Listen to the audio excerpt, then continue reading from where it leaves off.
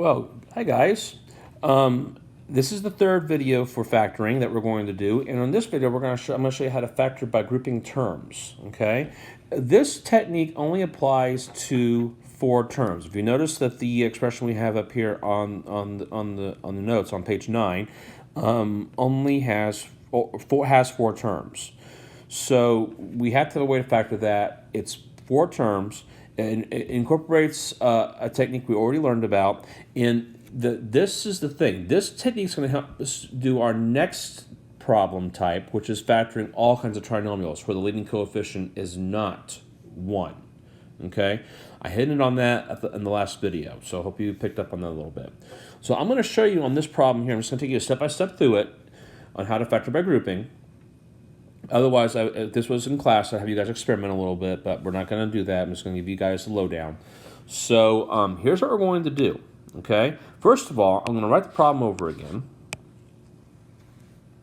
I'm just going to copy and paste it so I have a fresh example to work with here, okay? And I'm going to colorize it. I'm going to recolor it black so then we can work with it that way. And then I can use color to show you the steps. So here's the first step on how to factor by grouping. This will work pretty much all the time. If it doesn't work, then chances are your expression does not factor. And that can happen sometimes, that an expression is not factorable or it's what we call prime. So if you ever need to, if you ever find a problem where your factor pairs don't work or whatever, then it's not factorable, and that can happen from time to time. You can encounter an expression that is not factorable. So don't be afraid to write that answer if you've exhausted all of your factor pair possibilities. Okay, back to grouping. So here's what we're going to do. As the technique states, we're going to be grouping. So we're going to group the first 2 terms together, like so, and then the last 2 terms together. If you notice, make sure you include the sign with the term. Okay, as I've done here. So that way you know how to pull out the next step, which is how to find the GCF of each group, okay? So you've already done GCF factoring before. We're just applying that technique to these 2 groups. You're going to have 2 GCFs, all right? So we're going to do the GCF of the first 2 terms, okay? I'm going to write that in green over here, so we'll do this one in green, okay? And then in the second grouping, we're going to do orange, I believe. I'm going to go down here and take a little peek real quick. The next page, make sure I have the... okay, we'll do blue and red. I wanted to make sure we have the right color so it all is consistent. So I'm going to erase this real fast. I'll change this to blue and red, so that way it's consistent.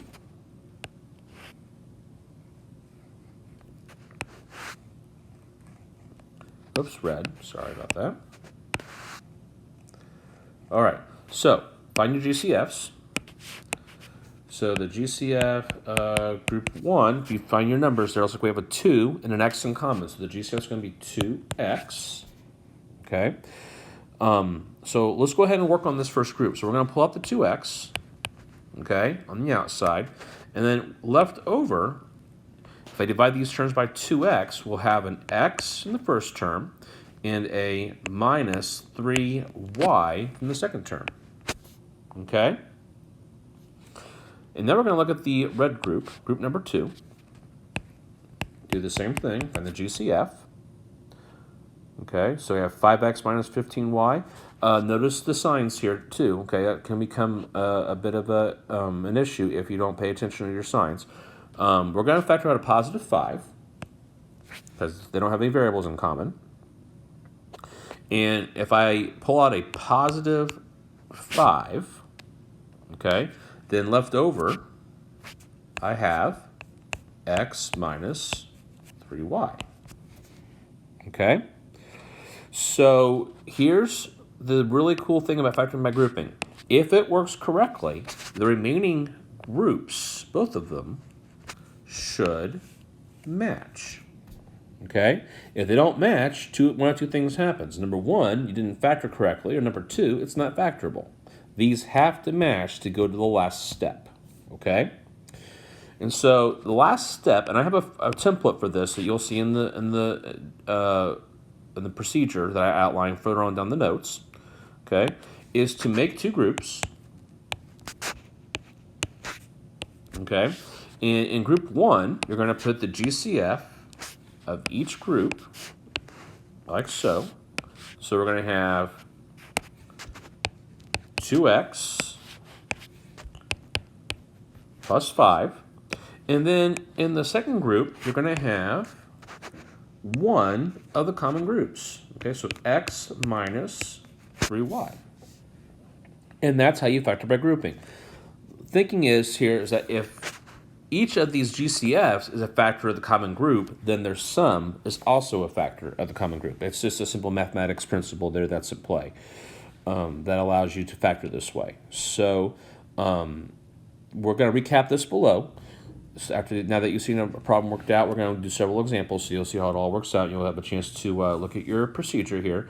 A little bit of information about that real quick, okay? You use it when there's 4 terms in the sequence. It's very important that there's 4 terms. It doesn't work for any other number of terms. It has to be 4, okay? And you also use it when you have GCFs that have been factored from pairs of terms, okay? It's possible that you might have to do a little rearranging sometimes to make this happen.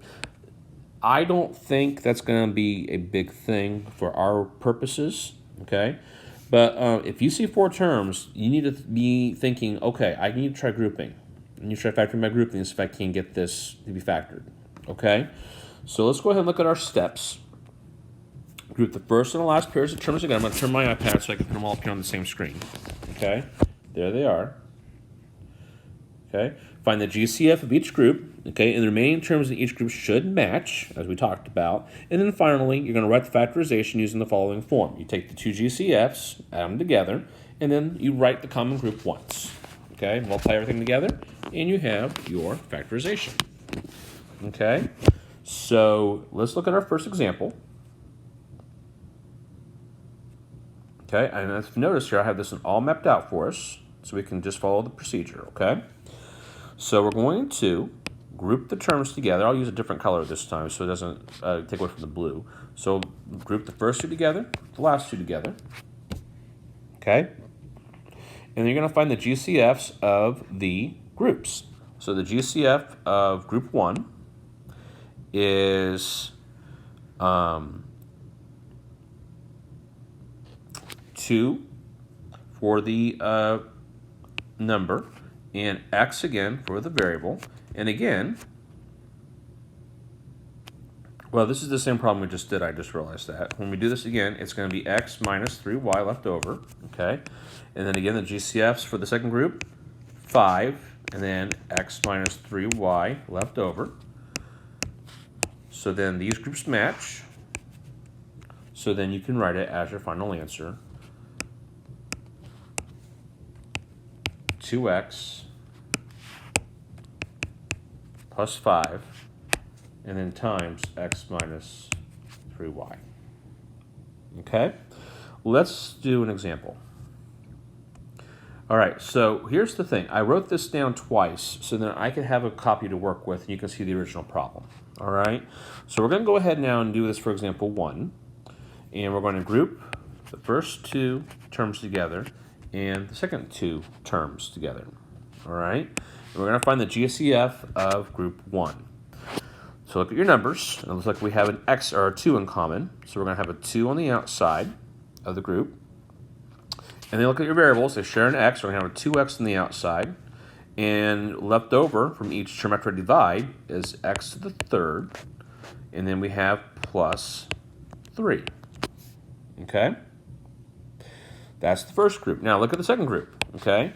Now here's the thing with this problem. I'm glad this one's first because now I can talk to you about the signs a little bit. Notice here that the signs on these terms are both positive, right? So this is a positive sign right here and there. But over here on this grouping, they're negative, right? Negative there, negative there.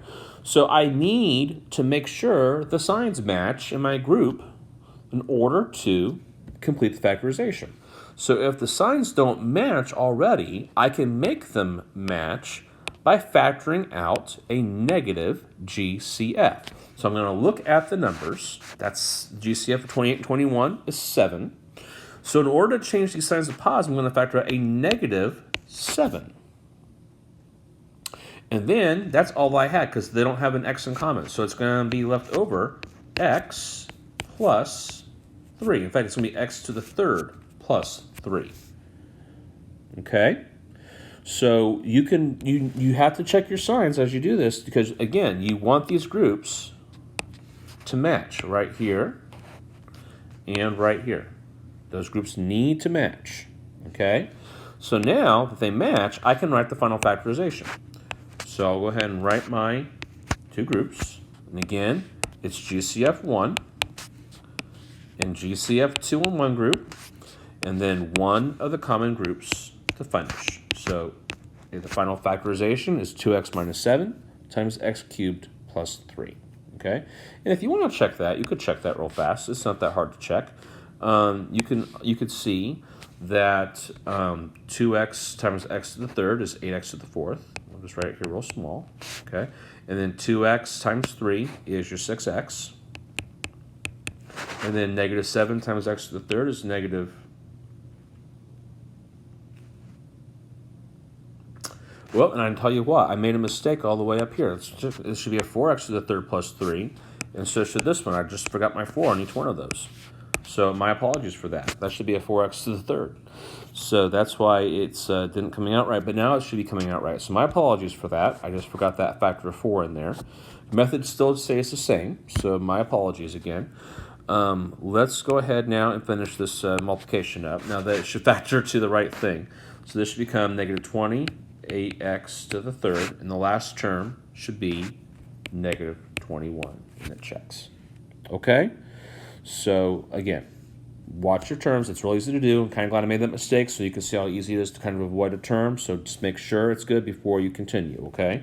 And you can always check your progress along the way, too, because your next step should multiply back to the previous step. So you can always check it that way, all right? I'm going to do another one. I'm going to take a look here at 2 and 3. Okay, so I will save you. I'll save you 2 to do. I'm going to do 3 here real fast. Okay, because there's something here with number 3 that I want to make sure we understand. So we're going to group. Actually, we're going to copy it or duplicate it. So I have another copy to work with, and we will group them. Okay, and then we'll start pulling out the GCF of group number 1. This time I promise I will be careful about the GCF. So it looks like we have a 3 and an x squared from the first group. And when I factor that out and divide, I'm left with 2x plus 1. Okay, now here's something else that pops up from time to time that you need to be careful about. If you notice, there is no common GCF between 2x and 1, right? The GCF is 1. So if you also notice, these groups already match. The 2x plus 1s are already matching here. So in order to keep everything a binomial, we need to pull out a positive 1. Okay, and I should have done that in red. I'll do that again here real quick to keep everything consistent. Pull out a positive 1. Okay, and that way the groups still match, like right here and right here. But this way then you can still write your final factorization as 2 binomials, okay? This trick also works sometimes if you need to pull out a negative 1. Like, for example, if this was negative 2x minus 1 in the previous step right here, and you needed to make it positive, you could pull out a negative 1 instead if you needed to do that. That's perfectly fine to do as long as you follow the math rules, okay? So now I can write my final factorization. I have 3x squared plus 1, and then again, the common group, 2x plus 1. Okay, and that should multiply back to the original expression. If you don't have a binomial times a binomial, it would not have multiplied back to the original expression. It would have only had 3 terms instead of having 4 terms. Or actually, it would have only had 2 terms instead of having only 4 terms, and that would have become an issue, okay? Go back and try problem number 2, see if you can factor it by grouping, and then try the assignment in section 7.8 to give you a little more practice, all right? And again, if you have any questions, let me know. I'm always available by email, so just don't hesitate. Thanks.